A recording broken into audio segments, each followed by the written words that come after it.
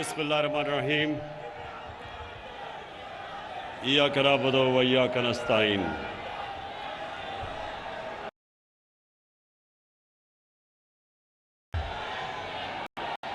सबसे पहले खामोशी, खामोश।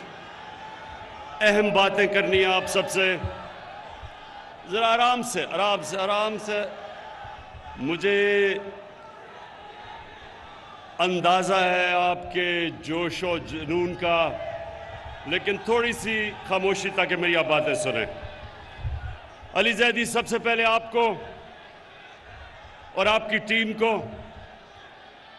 जो अभी आपने सिंध का दौरा किया, मैं आपको खराज तहसीन पेश करता हूं। हमें सबको आपके दौरे से एक चीज वाज़ेह हो गई कि सारे पाकिस्तान में जो खित्ता सबसे ज्यादा तब्दीली चाहता है वो सिंध है। सिंध के लोग आजादी चाहते हैं ये डाकू जरदारी से, और इंशाअल्लाह आपने तो दौरा कर लिया, अली ज़ैदी और शाह महमूद आप भी थे उनके साथ। अब अगले बारी मैं आ रहा हूं अंदरून सिंध का दौरा करने के लिए आपके साथ। मेरी अब मिशन है कि जो जुल्म सिंध के लोगों से हो रहा है, ये जो 14 साल जरदारी माफिया ने सिंध के साथ किया है, मैं सिंध, अंदरून सिंध के लोगों को खास तौर पे आज पैगाम देना चाहता हूं कि आजादी का वक्त इंशाअल्लाह आ गया है। उसके बाद कराची के लोगों के लिए एक तो मैं आप सबको केसीआर की मुबारक देता हूं, क्योंकि केसीआर अभी बनने वाली है। अभी तो ग्रीन लाइन, खैर उसकी मुबारक देता हूं, ग्रीन लाइन आ चुकी है, लेकिन अभी जो हमारा कराची का पैकेज आपके सामने आता जाएगा, और मेरा ये यकीन है कि कभी कराची में किसी गवर्नमेंट ने, फेडरल गवर्नमेंट ने कभी वो काम नहीं किए जो इंशाल्लाह हम करने जा रहे हैं। मुझे अपनी कौम का शुक्रिया अदा करना चाहता हूं कि पाकिस्तान की तारीख का सबसे ज्यादा टैक्स उन्होंने हमारी हुकूमत को दिया, रिकॉर्ड टैक्स कलेक्शन की, और उसकी वजह से हमें तौफीक मिली कि हम अपनी आवाम के ऊपर बोझ कम करें। हमने 20 रुपए पेट्रोल और फजलुर रहमान को कम किया।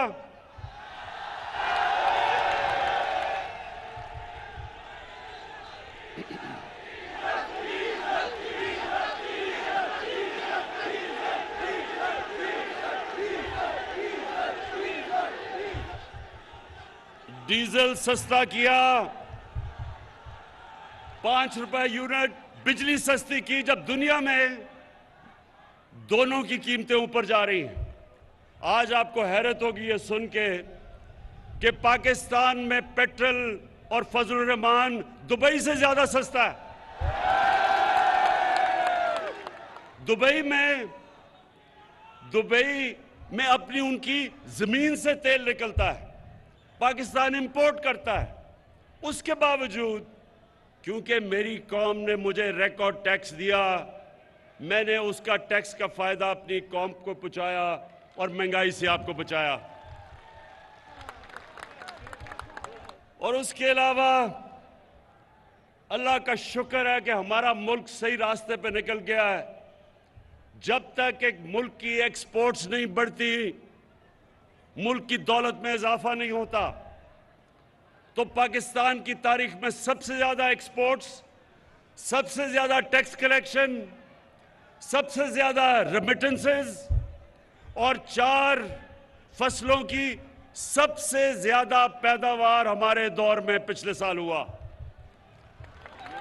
तो अल्लाह का शुक्र है कि हमारा मुल्क सही रास्ते पर निकल गया, और शायद इसीलिए ये जो डाकुओं का गुलदस्ता है, इनको खौफ आना शुरू हो गया है कि ये हर मुश्किल से ये गवर्नमेंट निकलती गई।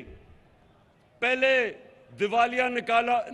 दिवालिया वाली हुकूमत मिली, बैंकरप्ट, उससे मुल्क को बचा लिया। फिर सदी में एक दफा इतना बड़ा बुरान आता है जो कोरोना वायरस का आया, अल्लाह ने उसे हमें निकाल दिया। उसके बाद अफगानिस्तान का मसला आया, उसकी वजह से या डॉलर के ऊपर प्रेशर पड़ा, क्योंकि डॉलर उधर जाना शुरू हो गया अफगानिस्तान की फिजा की वजह से, कि एक खौफ था लोगों को कि हालात क्या बिगड़ेंगे। डॉलर लिए लोगों ने, तो यहां प्रेशर पड़ा हमारे पे, उससे अल्लाह ने हमें बचाया। फिर अब यूक्रेन, इसकी वजह से और ज्यादा गंदम ऊपर, तेल ऊपर, कोयला ऊपर, गैस ऊपर। लेकिन अल्लाह का करम है कि मैंने अपनी कौम को इन सारी चीजों से बचाया है।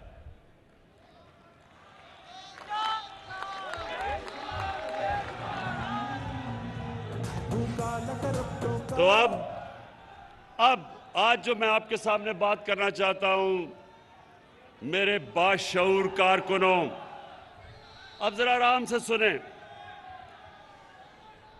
इन्होंने अदम एतमाद की तहरीक चलाई। अदम एतमाद का इन्होंने असेंबली के अंदर हमारे खिलाफ दर्ज कर दिया।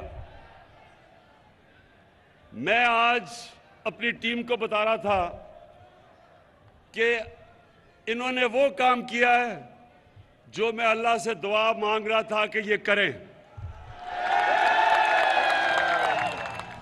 असल में सुने देखें, एक कहावत है कि जब गीदड़ की मौत आती है तो वो शहर की तरफ भागता है। तो ये चोरों के टोले की जो, इंशाअल्लाह मैं ऊपर वाले के ऊपर एतमाद है, इनकी जो सियासी मौत आई है, इन्होंने अदम एतमाद कर दिया है।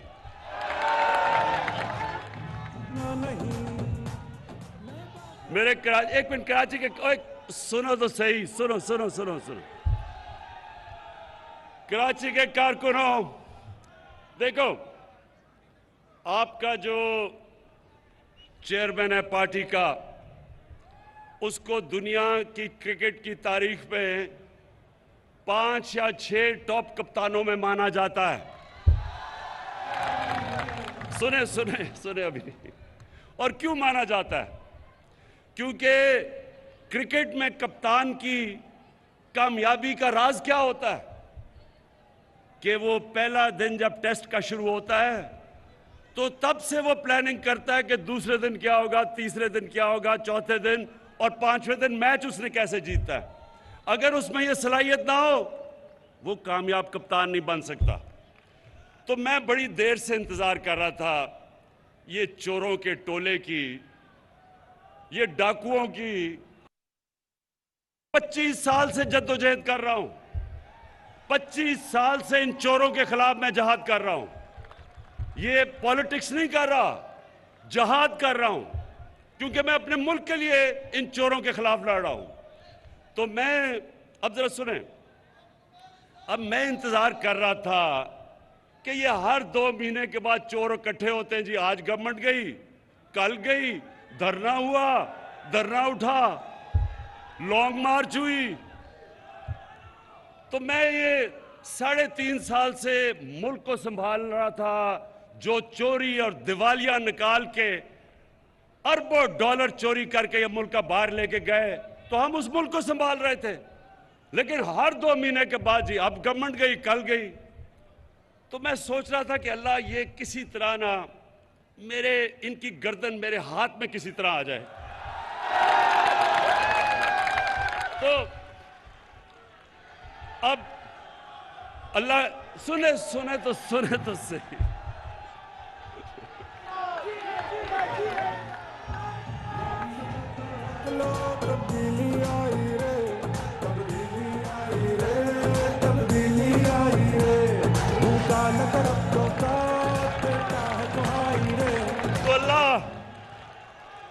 अल्लाह सुने सुने सुने, अल्लाह मेहरबान है, रहमान और रहीम है।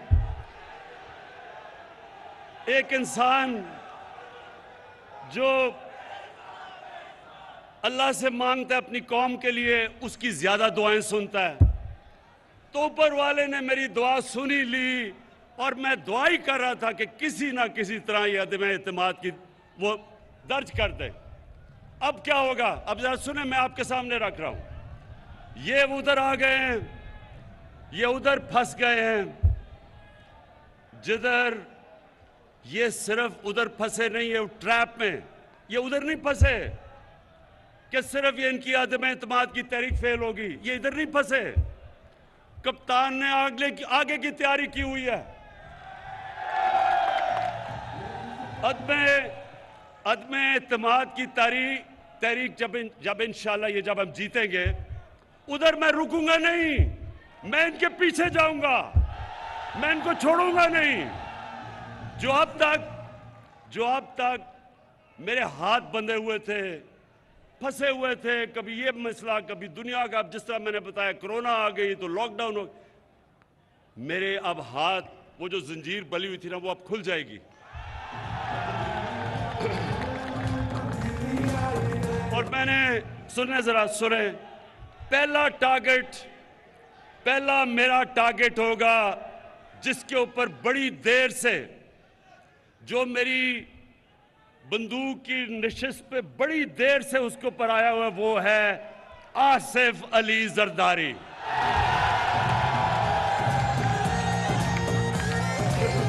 ये आदमी, ये जालिम आदमी जो पुलिस को इस्तेमाल करता है, लोगों को मरवाता है, गुंडों को इस्तेमाल करता है, जुल्म करता है, चोरी करता है। जरदारी सिस्टम में ये हर चीज के ऊपर कमीशन खाता है, सारी दुनिया में बाहर पैसा भेजता है। आसिफ जरदारी, तुम्हारा वक्त आ गया। अब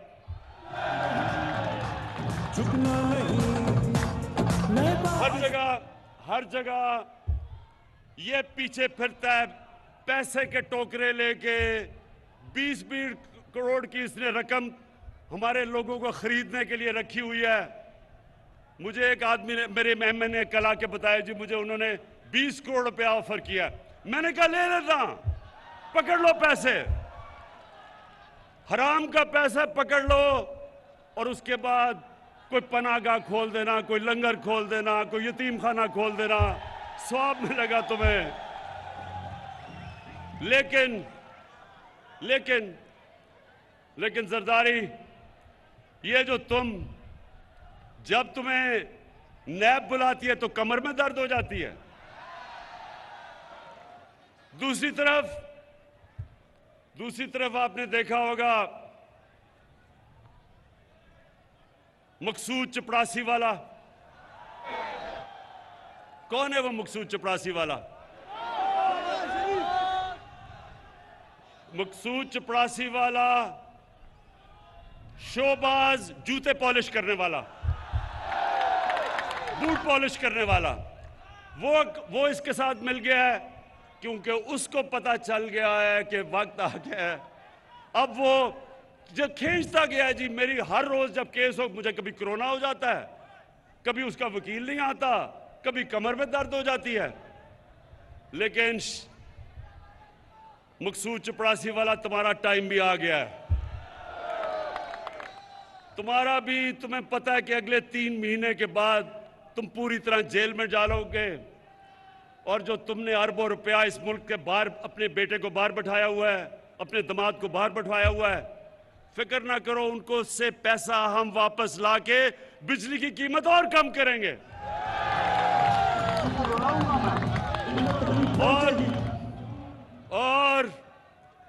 और फिर इनके साथ मिल गया है डीजल। सुना जरा, अब ये सुने, अब ये अब इन तीनों की शक्लें देखो, ये निकले क्यों हैं? मुल्क को बचाने के लिए। जो 30 साल इस मुल्क का खून चूसते रहे हैं, अब इकट्ठे हो गए हैं कि जी मुल्क को इमरान खान से बचाना है।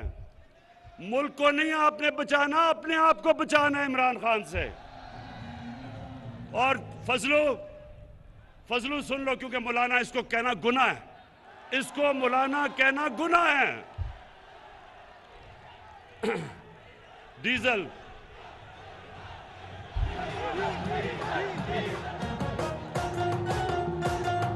मैं देखें, इज्जत जिल्लत ऊपर वाला देता है।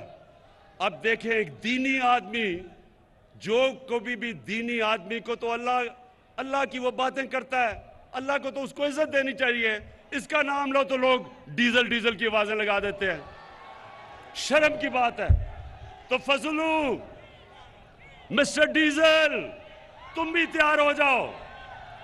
इसने कहा, जब इसको नैब ने बुलाया, इसके पास अरबों रुपए के असासे हैं, पता नहीं किधर से आए, क्योंकि काम तो ये कोई करता ही नहीं है। तो जब नैब ने इसको बुलाया तो कहता मैं 2000 लोग लेके चला जाऊंगा। नैब को डरा दिया इसने। फजलू, तैयार हो जाओ, ये जब फेल होगी, ये जब आपकी फेल होगी और इंशाल्लाह होगी, तो उसके बाद अगर 2000 लोग तुम नैब के बाहर लेके आओगे, 1 लाख लोग मैं लेके आऊंगा।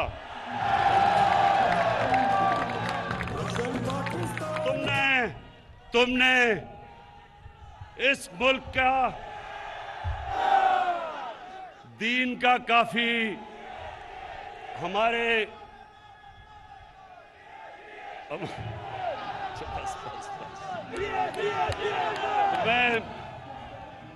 मैं अभी सुने इंशाल्लाह अभी मैं जुमे को दीर जा रहा हूं। दीर के लोगों ने मुझे बुलाया हुआ है। इतवार को मैं पंजाब में हाफजाबाद जा रहा हूं। मैं अपनी कौम को, सारी कौम को बताऊंगा कि ये जो चोरों का टोला है, इसके खिलाफ जंग इमरान खान अकेले की नहीं है, हर बच्चे बच्चे की जंग है इन चोरों के खिलाफ। हर पाकिस्तान की, चाहे औरत हो, चाहे मां हो, चाहे बाप हो, हम सब ने ये जो 30 साल इस मुल्क से करते रहे हैं, हमने सबने मिलके इनको उधर पहुंचाना है जिधर इनको बहुत देर से पहुंचना चाहिए था, पाकिस्तान के जेलों के अंदर।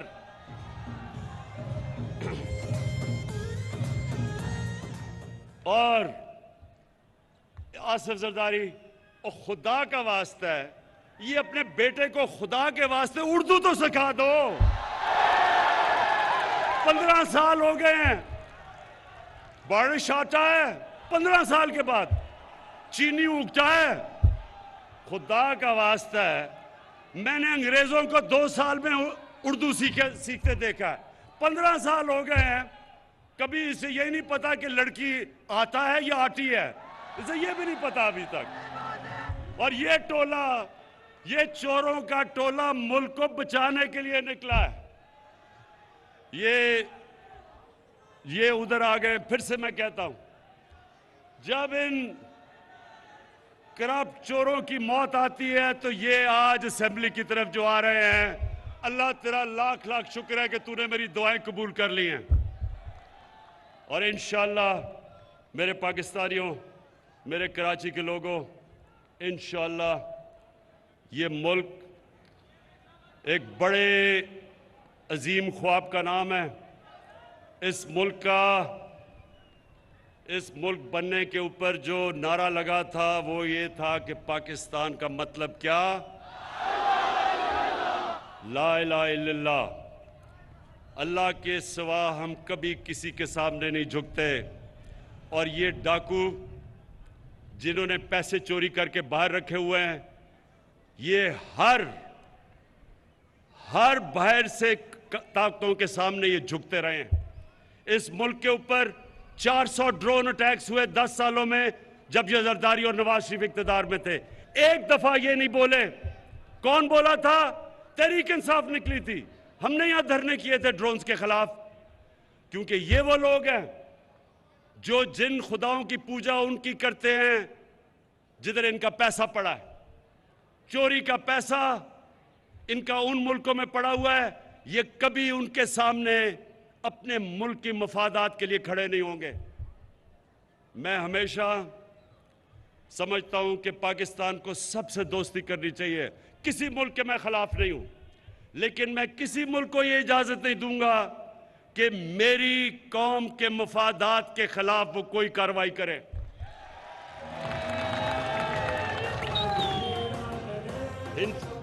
इनका जिनका पैसा बाहर पड़ा है, ये आज बड़ा बोल रहे हैं जी, ओहो इमरान खान ने यूरोपियन यूनियन के ऊपर कुछ कह दिया। मैंने कुछ नहीं कहा, मैंने सिर्फ उनको याद कराया है कि जब हमने आपके साथ आपकी जंग में शिरकत की थी, हमारे 80,000 लोगों ने कुर्बानियां दी थी।